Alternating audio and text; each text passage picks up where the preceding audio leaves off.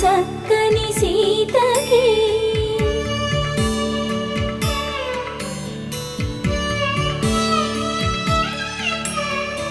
ఎర్ర జాబిలి చేయి రాముడేడని అడుగుతుంటే చూడలేదని పెదవి చెప్పే చెప్పలేమని కనులు చెప్పే నల్ల పూసైన